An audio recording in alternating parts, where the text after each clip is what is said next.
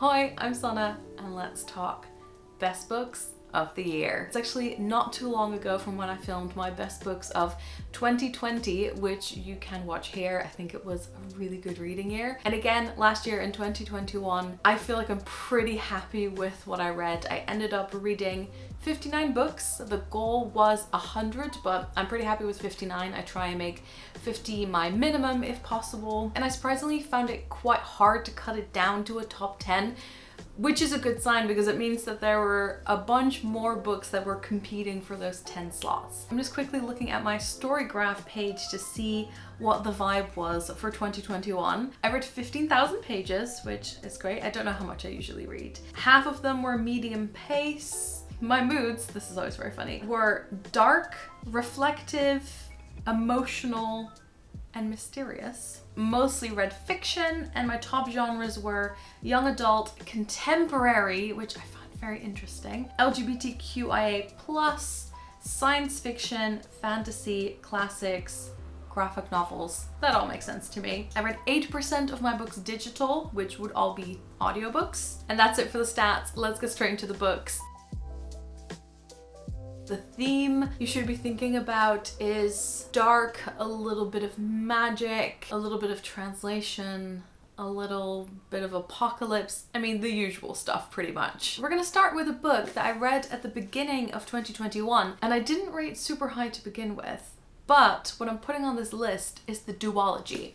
So this is Perfectly Preventable Deaths by Deirdre Sullivan. The sequel is called Precious Catastrophe, and that was actually almost the last book I read in 2021. First of all, quick pitch. This book, which actually has an updated cover now, is about 16-year-old twins Nnedi and Caitlin who are moving across Ireland to a really small town called Ballyfran because their mother got remarried, and the man she married lives in this castle in this small village. The atmosphere is ominous. The dialogue is so just witty and biting and really funny, and I think that is one of the highlights of these books for me. And as they move to town, Caitlin starts dating an older boy who is probably not right for her. Nnedi has all these ominous feelings and these rituals that she does at night. She's not sure why she's doing them. And then there's also this old woman who lives in the basement of the castle that they're not sure, is she a witch? Is she just rude and weird? And as this book continues, you kind of follow their story. It gets like more and more dark and more dramatic. And I found the ending of the first one a little bit unsatisfying because I wasn't sure where we'd landed on the like what's real, what's not real. But I listened to the audiobook and the narration was fantastic. The narrator is called Alison McKenna. Part of me feels like this should have been one big book just because I felt like a certain way after this ended, but then it did kind of pull me back in, and I did love the second one, and there's something about it. It's very charming, it gets quite dark, and it just moves at quite a slow pace, which again I like as well. Sometimes you have books where like the stakes are so high and it's all very epic, and here the stakes are high. It feels a lot more casual and realistic. It's also about like herbs and ancient magic and religion, and I just had a very enjoyable time with this, so that's number one on the list. Next one, I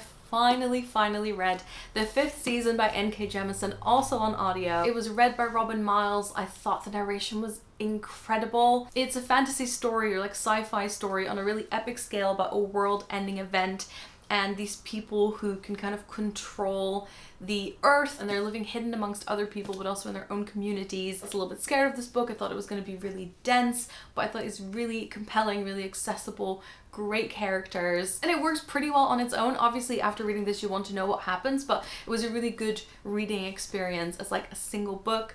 I've already bought the second audiobook in the trilogy, so I'm hoping to finish the trilogy this year. There's just certain authors where you feel like safe in their hands. They've got the full control of everything in a really good and like comforting way, and that's what this feels like. And then the third audiobook is I think a novella. It's called Remote Control by Nnedi Okorafor. I've actually read Binti by this author before, but that is it. I own a few other books by her. The audiobook is pretty short. It is read by Njoa Ando, and I think this is a book that I hadn't heard that much about before. It's obviously a slightly more recent release from last year, and seeing that it was 4 hours, I was like, okay, I'm gonna get straight into that. It's about a girl who's visited by death, and then she's known as Sankofa. She like travels around the world. So previously I read Scythe by Neal Shusterman, which is about people who are basically death personified, and there was some overlap in this, and like seeing how people receive death when it comes to their house. There's also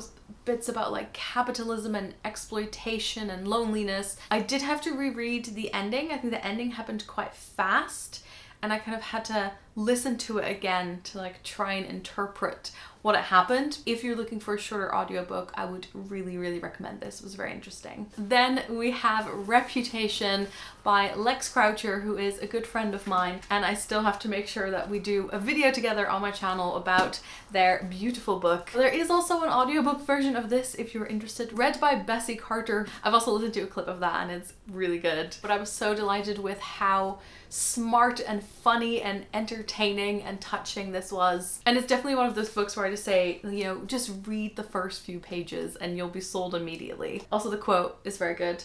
As if Bridgerton and Fleabag had a book baby. Now, because I got a review copy of it as well, I have this wonderful letter that Lex, or let's say Georgiana, the main character in Reputation, wrote as an introduction. Dear friend, the time has come for me to embark upon a summer of adventure that marks the start of my new life. A life full of daring deeds and dashing gentlemen, glamorous balls and sparkling company. Japes and jaunts, capers and romps, wine, probably. New friends and acquaintances, certainly. My name is Georgiana Ellers, and I am more than ready for my story to begin. This is definitely not your usual Regency novel, but if you do love the Regency period, it has everything in it that you'd expect, but it also has drinking and wild parties and friendship fallouts and incredibly swoony letters, and I totally fell in love with this and couldn't recommend it more. Then something a bit different for me, I would say, is Luster by Leilani. I have a hardback, which I don't very often do because I bought it immediately when it came out and read it really quickly. Again, not something that I do very often, and this was purely based on recommendations from people and kind of the buzz that I saw about it online. It falls into the quite sort of popular genre at the moment of like women in their 20s not quite knowing what they want or what they're doing. It's a little bit messy. It's about a young black woman who has an affair with a like 40-year-old white man and then ends up moving into his house with his wife and their adopted black daughter. It's definitely one of those books where you can like see all these decisions happening and you're kind of worried about what might happen next to this character. Could not put it down. I couldn't look away. I read it so quickly. Thought the writing was really beautiful as well. So yeah, really interesting read and my first read of that year. Then one that I had on my shelves for years and years and years, and then finally read when I did a video about Korean fiction, and it is called The Vegetarian by Han Kang. I feel like many people will have seen this, will have heard about it. It won the Man Booker International Prize in 2016.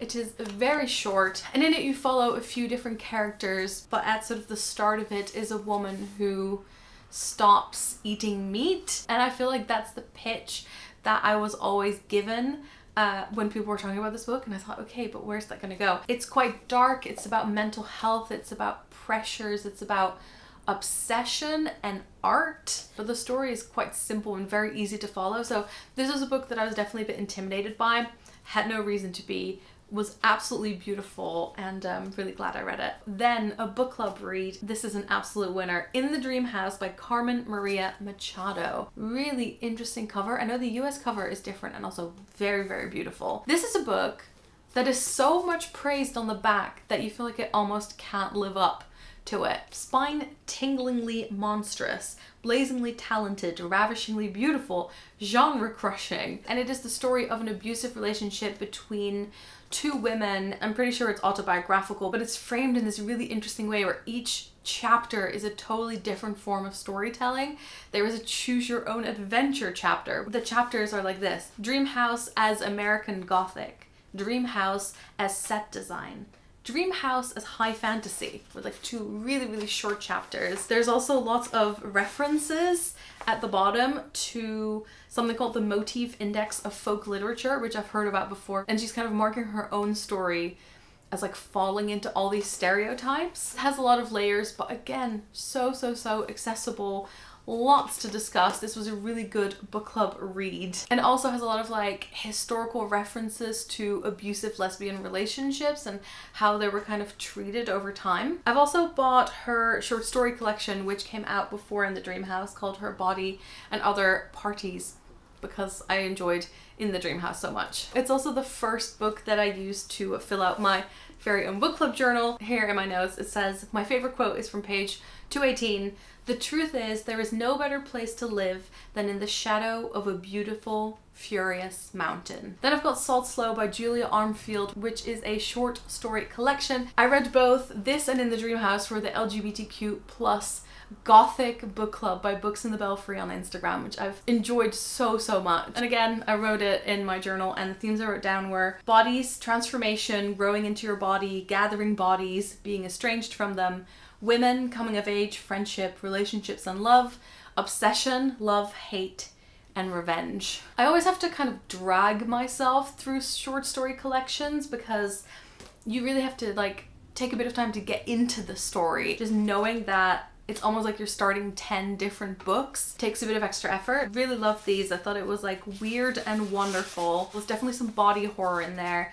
I loved Mantis, which is about a girl, let's say, transforming, and Formerly Feral, which is about a girl who has a sister who's an actual wolf, and they kind of grow feral together. And Salt Slow, the titular story, was really good as well, which is about a drowned world and two people in a boat. The woman is pregnant. I also found out recently that this author has a book coming out this year called Our Wives Under the Sea, and this is a proof copy that I got, which looks beautiful, and again, sea themes and very dark, and a lesbian relationship. Our Wives Under the Sea is a story of falling in love, loss, grief, and what life there is in the deep, deep sea. All right, two more, which I'm kind of theming together. We're doing apocalyptic. Again, not for everyone during a pandemic, but I've always loved apocalyptic novels, and I'm gonna keep reading them. I actually read this for the YA Book Prize judging, and this is just totally up my street. So it's Wranglestone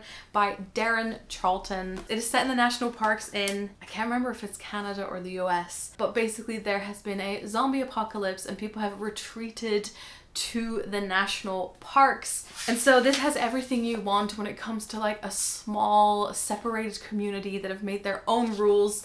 So they live like on this lake. They're safe because they're on little islands, and then in the winter it freezes over and the zombies can like come to their houses and stuff. And there's a really sweet romance between two teenage boys, and there's also the sort of intricate drama of having such a small community. There is adventure, and there's going to be a sequel. This is the original cover, but they actually updated the cover recently, which I love even more. So if you're looking for a zombie novel, check this one out. And then my final favorite book of 2021 is actually the last book I read in 2021. Kind of on purpose, because I knew I would really enjoy this, or I had a strong suspicion, so I kind of crammed it in at the end of the year. And it's Moon of the Crusted Snow by Waubgeshig. It's a really, really beautiful cover. It's also a nice addition and a nice finish, and it's about what happens to a First Nation or Indigenous community when all the lights go out. This is a community that only recently got used to high-speed internet and constant electricity,